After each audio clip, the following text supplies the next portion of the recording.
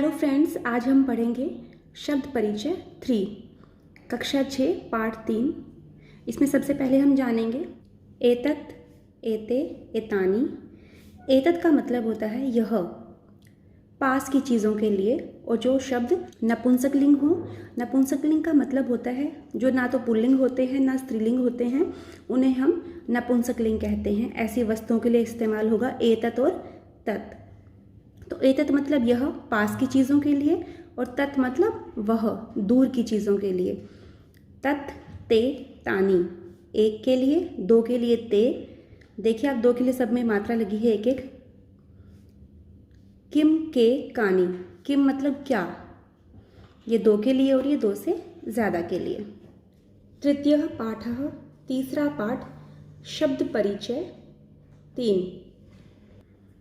देखिए इस चित्र में एक औरत है और उसके हाथ में क्या है, कुदाल। कुदाल मतलब कुल्हाड़ी।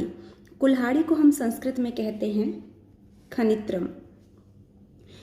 तो एतत् किम, एतत् पास की चीज़ों के लिए, यह क्या है, एतत् खनित्रम अस्ति, यह कुदाल है।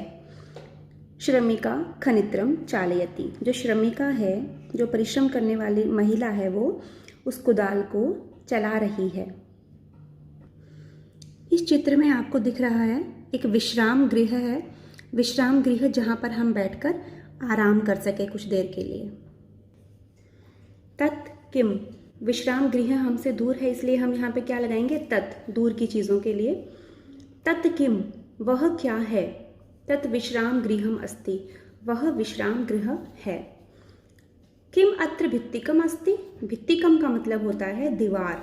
तो देखिए इसमें आपको चारों तरफ दीवार नजर आ रही है, नहीं। तो अत्र, यहाँ, भित्तिकम न अस्ति, यहाँ दीवार नहीं है। इस चित्र में एक सुनार है जो गहने बनाता है, तो उसके हाथ में एक अंगूठी है। अंगूठी, अंगूठी जो शब्द है वो नपुंसकलिंग है।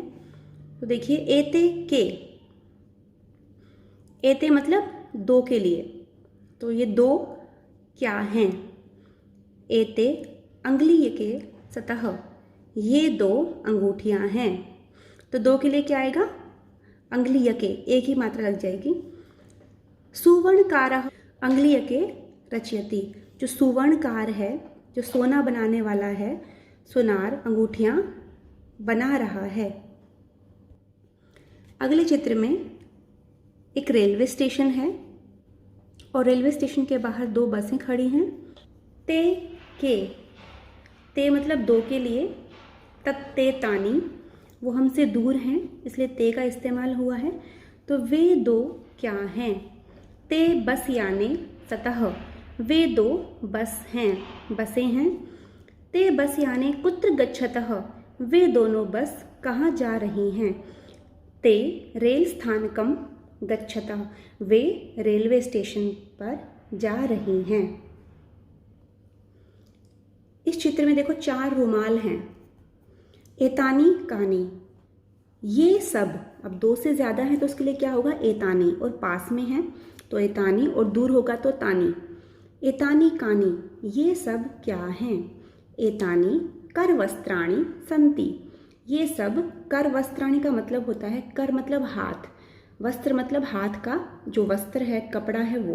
तो हाथ में जो कपड़ा होता है उसको क्या बोलते हैं हम, रुमाल। एतानी कर वस्त्राणि संति, ये सब रुमाल हैं। किम एतानी पुराणानि, क्या ये सब पुराने हैं। न, नहीं।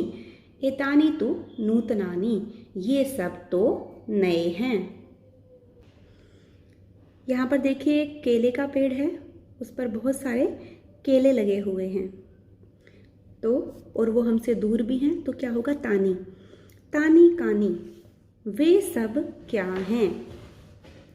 तानी कदली फलानी संति, केले को हम संस्कृत में कहते हैं कदली फल, और बहुत सारे होंगे तो कदली फलानी। वे सब केले हैं, केले के फल हैं। किम तानी मधुराणी, क्या वे सब मीठे हैं, मधुर हैं। आम, आम का मतलब होता है हाँ। तानी मधुराणी पोषकाणी च, वे सब मधुर, मीठे और हमारे शरीर के लिए पोषक भी हैं। च का मतलब होता है और। अभ्यास प्रश्न नंबर 1, उच्चारणम कुरुत। हमें इन शब्दों का उच्चारण करना है। फलम फल, फल सेब, संतरा, कोई भी फल। द्वारम दरवाज़ा, सूत्रम धागा, गृहम घर, विमानम विमान हवाई जहाज, छत्रम छाता जो हम बारिश में यूज़ करते हैं, पात्रम पात्र कोई बर्तन, कमलम कमल, भवनम भवन घर, पुष्पम पुष्प फूल, पुस्तकम पुस्तक कोई किताब, जलम जल। ख चित्राणि दृष्ट्वा पदानि उच्चारयत। चित्रों को देखकर जो नीचे शब्द लिखे हैं, पद लिखे हैं, उनका उच्चारण करना है। पहला शब्द है पर्णम। पर्णम मतलब पत्ता। क्रीडंकम खिलौना। अगर 2 होंगे तो क्रीडं क पे एक ही मात्रा लग जाएगी, क्रीडंके बन जाएगा। और 2 से ज़्यादा होंगे तो क्रीडंकानी। नारिकेलम नारियल। ये सब नपुंसकलिंग शब्द हैं, एक वचन है, एक है, इसलिए सबके पीछे क्या लगा है? म और म। संगणकम कंप्यूटर। वातायनम खिड़की। संस्कृत में खिड़की को बोलते हैं वातायनम। सोपानम सीढ़ी। उद्यानम बगीचा। उपनेत्रम चश्मा। कंगतम कंघी। प्रश्न नंबर 2, वर्ण संयोजनम कृत्वा पदम कोष्ठके लिखत। जो ये वर्ण दिए हैं, इन सबको जोड़ जोड़कर इनका संयोजन करके इनको इस कोष्ठक में लिखना है। देखिए, प प्लस अ प, र और अणा दोनों साथ साथ हैं, बीच में कोई स्वर नहीं है, इसलिए यहाँ पे र जो है वो आधा हो जाएगा, तो आधा र ऊपर जाएगा। अणा में अ मिला तो पूरा अणा बन जाएगा। और म के बाद कोई स्वर नहीं है, तो म जो है वो हलंत वाला ही रहेगा। तो क्या बना हमारा? पर्णम। पर्णम मतलब पत्ता।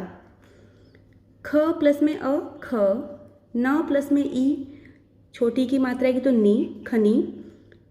त और त के बाद क्या आया है? र। बीच में कोई स्वर नहीं है, इसलिए हमारा त और र मिलकर क्या बन जाएगा? त्र। म खनित्रम। प उ, छोटे उ की मात्रा पु, र आ रा, ण आ अणा, न छोटी की मात्रा पुराणानी। पुराणानी मतलब पुराने। प प्लस में ओ पो, श प्लस में अ श, क प्लस में आ का, न प्लस में ई, छोटी की मात्रा, इसलिए हम यहाँ पे छोटी की मात्रा लगाएंगे क्योंकि यहाँ पे छोटी ई है, तो पोषकाणी। क प्लस में अ क, ग क, यहाँ पे देखिए बीच में कोई स्वर नहीं है, इसलिए ये आधा रहेगा। आधे में हम इसको ऐसे भी लिख सकते हैं और ऐसे भी।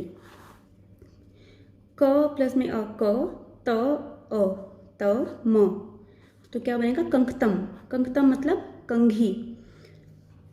प्रश्न नंबर 2 का ख, अधोलिखिता नाम पदानाम वर्ण विच्छेदम कुरुत। जो नीचे पद लिखे हुए हैं ये सब, इन सब को तोड़ तोड़ कर हमें लिखना है इस दिए हुए उदाहरण की तरह।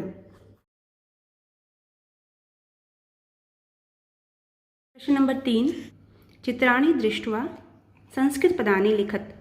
चित्रों को देखकर इनके हमें संस्कृत में नाम लिखने हैं। आम आम्रम, पत्ते को हम बोलते हैं पत्रम या फिर पर्णम। पंखा, पंखे को संस्कृत में कहेंगे वैजनम। वैजनम का मतलब होता है जिससे हम हवा करते हैं। करवस्त्रम, कर मतलब हाथ, वस्त्र मतलब कपड़ा, तो करवस्त्रम हम कहेंगे रुमाल को। सूत्रम धागा, छत्रम छाता। प्रश्न नंबर 4, चित्रम दृष्ट्वा उत्तरम लिखत। चित्र को देखकर हमें उत्तर लिखना है। यहाँ एक चित्र है, चित्र में एक पेड़ है, उस पेड़ से कोई फल नीचे गिर रहा है, तो यही प्रश्न पूछा गया है, किम पतति, क्या गिर रहा है? पत मतलब गिरना, तो हमारा उत्तर होगा फलम पतति, फल गिर रहा है। इस चित्र में 2 मोर हैं और जो मोर हैं वो नाच रहे हैं। तो मयूरोह, मयूरोह 2 मात्राएं हैं, तो मयूर के लिए दो मयूर के लिए हो गया। तो किम कुरुतः, मयूरोः किम कुरुतः, मयूर क्या कर रहे हैं। मयूरोः नृत्यतः, मयूर नाच रहे हैं। अब दो के लिए क्या होगा, यहाँ पे कुरुतः है तो क्रिया जो है वहाँ पर भी बिल्कुल एक जैसी रहेगी, नृत्यतः।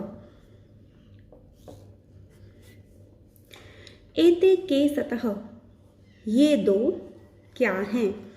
एते क्रीडंके सतः, ये दो खिलौने हैं।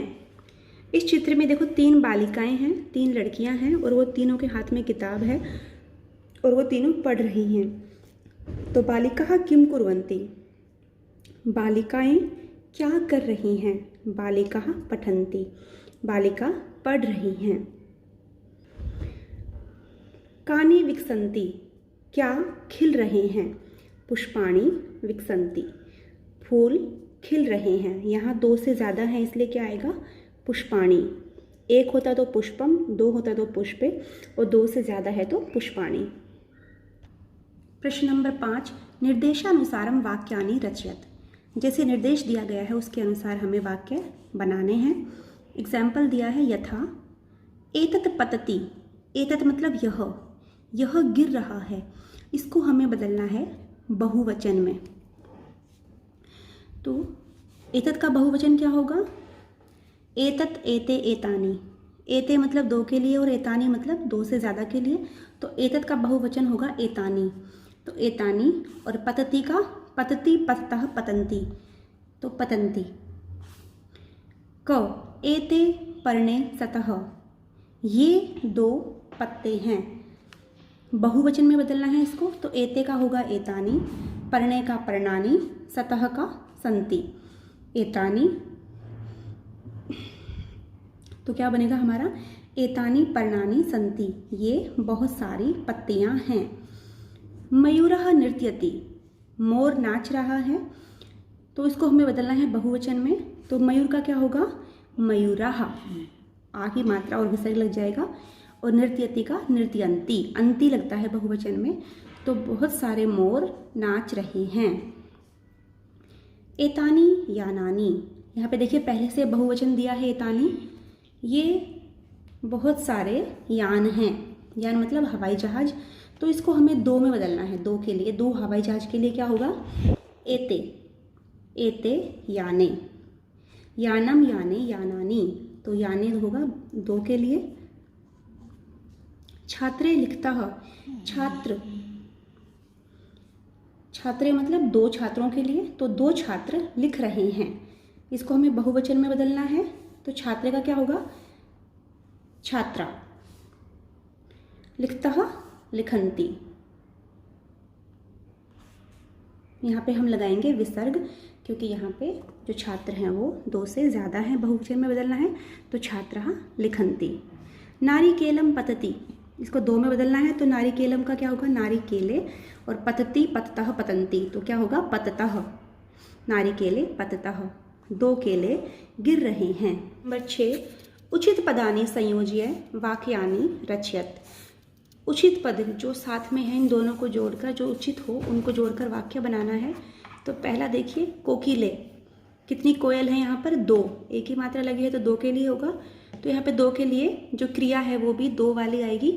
तो कूजतः, दो कोयल कूक रही हैं। नंबर 2, पवन, पवन मतलब हवा, एक वचन है। तो हवा क्या करेगी, बहेगी, तो हवा पवनः वहति, हवा बहती है। पुष्पम, एक पुष्प है तो क्रिया जो है वो भी एक वचन की आएगी। तो पुष्पम विकसति, पुष्प जो है वो खिल रहा है, पुष्पम विकसति। खगः, खग मतलब पक्षी, तो एक पक्षी के लिए क्या आएगा, खगः उत्पतति मतलब उड़ना, पक्षी उड़ रहा है। मयूरः, मयूरः मतलब मोर, यहाँ पे मोर देखिए बहुत सारे हैं। तो मयूरः नृत्यन्ति, मोर नाच रहे हैं। सिंहा, शेर भी बहुत सारे हैं। तो सिंहा गर्जन्ति, बहुत सारे शेर गरज रहे हैं। तो फ्रेंड्स, अगर आपको ये पार्ट समझ में आया हो तो इस वीडियो को लाइक करना और मेरे चैनल को सब्सक्राइब कर देना आगे आने वाली वीडियोस के लिए। धन्यवाद।